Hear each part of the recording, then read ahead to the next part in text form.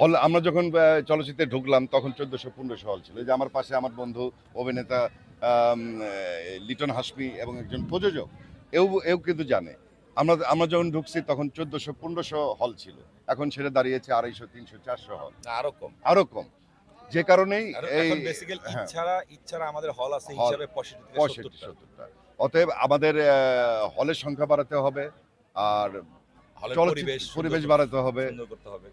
প্রত্যেকটা অঞ্চলে একটা করে সিনেপ্লেক্স যদি হয় সেটা আরো ভালো হবে। তাহলে আমার কথা হলো যে এই বাংলাদেশ চলচ্চিত্র বা এফডিসি এটা আমাদের বঙ্গবন্ধু শেখ মুজিবুর রহমান সাহেবের হাতে গড়া। অতএব আমার বিশ্বাস যে আমাদের প্রধানমন্ত্রী এদিকে সুনজর রাখবে এবং চলচ্চিত্রে আবার সামনে দাঁড়াবে।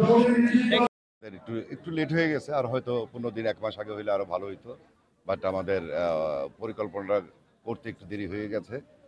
তো এটা শিল্পী পরিবারের আমাদের যারা শিল্পী আছি তাদের প্রতিটা শিল্পীর ফ্যামিলি এবং আমাদের চলচ্চিত্র রিলেটেড যারা আছে প্রোডিউসার, টেকনিশিয়ান, তাদেরকে আমরা ইনভাইট করেছি অনেকেই। একটা আনন্দ মেলা এবং পরিবার নিয়ে কিছু সময় কাটানো। সামনে শিল্পী সমিতি নির্বাচন নিয়ে আপনার কোনো ভাবনা আছে কিনা?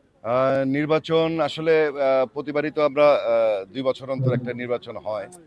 তো এটা পরিকল্পনা আছে, অবশ্যই আছে, বাট আমি কোন পদে দাঁড়াবো, তবে নিপুণের সঙ্গে আমি আছি। এটা ঠিক যে আমি যদি নির্বাচন করি নিপুণের প্যানেল থেকেই করব। আর আমার বিশ্বাস যে চলচ্চিত্রের মানুষ যারা আমাকে ভালোবাসে, শিল্পীরা যারা ভালোবাসে, তার প্রমাণ একবার তারা আমাকে দিয়েছে। 2015 সালে আমি স্বতন্ত্রে মিশা জায়েদ প্যানেলে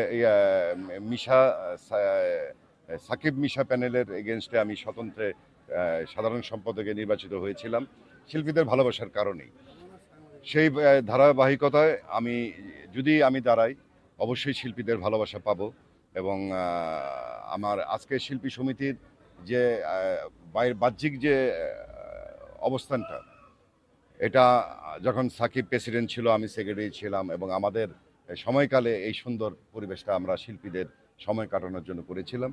এবং আমরা আসলে কি আমি বা এই যে নিপুণের প্যানেলও আমি ইসিতে ছিলাম, এবার ব্যস্ততার কারণে আমি কোনো বড় পোস্ট করতে পারিনি। তো আমাদের কথা হলো যে আমরা শিল্পীদের পাশে সবসময় ছিলাম এবং আগামীতেও থাকবো। নির্বাচন তো আসলে একটা দিনের ব্যাপার। যে প্যানেলই আসুক, যে প্যানেলই হোক, আমরা সবাই কিন্তু দিন শেষে সবাই এক। আজকে দীপজল, মিশা এরা কিন্তু আমাদের পর কেউ না, এরাও আমাদের আপনজন। হয়তো সময়ের কারণে তার একটা প্যানেল করবে, আমরা একটা প্যানেল করবো, কিন্তু আমরা দিন শেষে আমরা সবাই এক। যে প্যানেলই আসুক, তারা শিল্পীর জন্য কাজ করলেই আমরা খুশি। বিভিন্ন গণমাধ্যম আসছে এবং এফডিসিতে ঢুকলেই কথাটা বারবার শোনা যাচ্ছে যে আপনি বড় কোনো পদে, আমি পদের নামটা বলতে চাচ্ছি না, আপনি বড় কোনো পদে এবার নির্বাচন করবেন। এটা আসলে আগামী 3 দিন পরে আমি ডিক্লেয়ার দিব। আসলে জানতে পারবেন, অবশ্যই আকাশে চাঁদ উঠলে সবাই দেখতে পাবে। তবে নির্বাচন করব এটা ঠিক, বাট কোন পদটা করব এটা আমরা আসলে চেষ্টা করতেছি অন্যভাবে আরেকটু সুন্দরভাবে সাজানো। সবকিছু মিলিয়েই আগামী 3-4 দিনের মধ্যে আপনারা জানতে পারবেন যে আমি কোন পদে দাঁড়াবো। হয় আসলে। আর চলচ্চিত্রের কিন্তু একটা সমস্যা না, বহুত সমস্যা আছে। আমরা যখন চলচ্চিত্রে ঢুকলাম তখন 1400-1500 হল ছিল। এই যে আমার পাশে আমার বন্ধু অভিনেতা লিটন হাসমি এবং একজন প্রযোজক এও কিন্তু জানে। আমরা যখন ঢুকছি তখন 1400-1500 হল ছিল। এখন সেটা দাঁড়িয়েছে 250, 300, 400 হল। আরো কম। যে কারণেই এখন বেসিক্যালি ঈদ ছাড়া আমাদের হল আছে হিসাবে 65 থেকে 70টা। অতএব আমাদের হলের সংখ্যা বাড়াতে হবে। আর হলের পরিবেশ বাড়াতে হবে। সুন্দর করতে হবে।